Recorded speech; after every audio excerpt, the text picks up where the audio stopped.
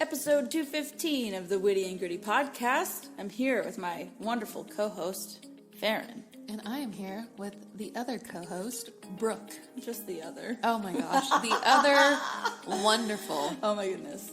I'm just being silly. I'm trying to pick popcorn out of my teeth with my tongue, and so I can't multitask here, people. I'm trying.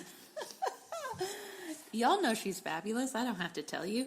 We are in week 7 of our Kid Classic Summer Series, featuring stories you may have heard, stories you're reading now, or things you get a glimpse of while you're at church. And we're just deep diving in on a verse of the whole story. So make sure you're reading the context. Yes, we mentioned this at the beginning of the series, but I feel like it's worth another mention. It is surprising what's in Scripture versus the imagery you might have from the books, like kids' books you might have read, or movies. And so it is kind of neat to compare the two. You know, they talk a lot that the books are better than the movies. Is that your stance? Yes, it's because it's true, Faren. I mean, I feel the same way.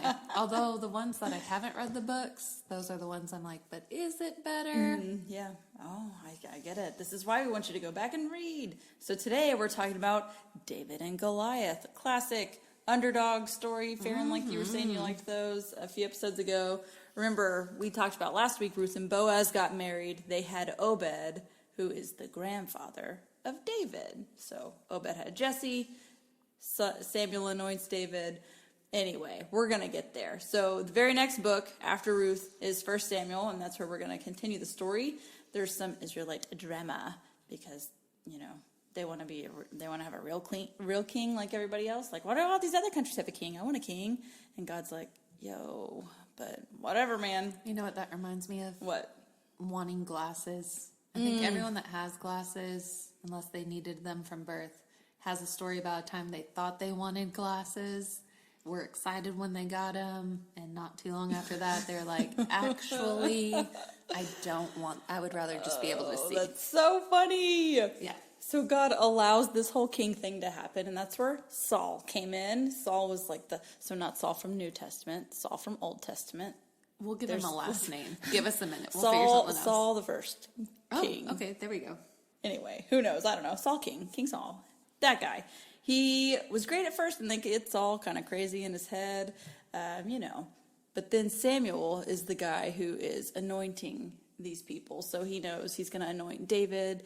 He's going to be the next king. When he anoints David, God leaves Saul and comes to David. So Saul immediately knows, oh no, something happened. Am I no longer king? Thoughts crazy. Demon is haunting him. Anyway, so the Spirit of the Lord leaves Saul, goes to David. Saul is being constantly tormented. Not constantly. Saul is being tormented by this evil spirit. And when he does, his counselor guys are like, hey, you know what you need is some really nice music. I know a guy. His name's David. So David's like, well, here I go. So he plays the harp for Saul, and every time he plays the harp for Saul is no longer tormented. And then David's like, man, I'm going to be the king. He's the current king. What is happening here? Anyway, there's lots to be said in this book. Make sure you're reading it. David becomes king like 15 years later after Saul tries to kill him like 3 times. All that to say, read the book. So we're in 1 Samuel chapter 17 at this point. The Saul and all of his guys are about to fight the Philistines, but then Goliath is like this big, strong guy. There are some histories and books and things that talk about having a champion that fights on your behalf or on the behalf of the whole team. It's like sending up a captain. Send us your best. Whoever dies out of these two, you know, the other guy wins. Not anymore. People have to die, so they send out Goliath. The Philistines send out Goliath, and he's like, wow, I'm this big, strong guy. And then Jesse, David's dad. All of the brothers of David are fighting in this war. They're hanging out. They're afraid of Goliath. Everybody's afraid of Goliath. And David walks up to give everyone lunch. And he's like, what's up, guys? And they're like, this Goliath guy's out there. And David's like, y'all realize that God's on your side, right? He's already promised the win. What's going on? All this to say, David's like, come on, guys. What are we worried about? I'm going to go fight. So he talks to Saul. Saul's like, eh. And so here is where this verse happens. That's a lot of context. You know, a couple of highlights. Our church did a sermon on this not too long ago, and the pastor described David as bringing the Lunchables to his brothers at the time of war, which was, one of those like, are you listening? And it got a good laugh. But also, sending out a champion to fight on behalf of a whole people, I'm for that unless I'm the champion. And then I picture like Note the Saul Israelite not stepping up. Yeah, the Israelite side, they're like, weren't you just bragging you were the best last week? Yeah. And you're like, no, man, no. On me. You're the best. I'll admit that right now. But Goliath apparently has no problem. So in David Waltz's 1 Samuel 17, verse 37, the NLT says, this is David talking, "The Lord who rescued me from the claws of the lion and the bear will rescue me from this Philistine." Saul finally consented. "All right, go ahead," he said, "and may the Lord be with you." An afterthought. All right, in the ESV. "And David said, 'The Lord who delivered me from the paw of the lion and from the paw of the bear will deliver me from the hand of the Philistine.' And Saul said to David, 'Go, and the Lord be with you.'" So this is one verse out of all the verses where Saul's like, "Are you sure?" And then once he's like, "Okay, fine," then David tries to put the armor on, and the armor's too heavy. He's like, "This is dumb. I'm going to take a rock and a slingshot because I've done it like this before." Yeah. I think of when I coach kids and they kick the ball with their toe, and I try to teach them the right way, and they're like, "Well, that's not how I do it." I understand. Tell me how your toe hurts later. I can only imagine the whole army seeing him shed the armor and the sword and picking up the rock and slingshot. Like, they were glad they weren't having to do it, but they were worried for him, and now they're like, what is he thinking? Yes, but the backstory is also David was a shepherd, and he has actually had to fight literal lions and bears. Oh my. And he's won. So he's like, okay, listen, if God's going to get me out of this situation, and God already promised the win, it's going to be fine. We're going to be fine. Yeah. Read, pray. Let's pray about it. I think that that's a really good point to build on to what you were just saying, Brooke, is that when we are in maybe some valleys, if we shift our perspective as these could be trials preparing us for future battles maybe, that we ask God to be with us through that. See us through that. We know we're not alone, but help us get through the battles we're facing now so we can fight the bigger giants that may be ahead.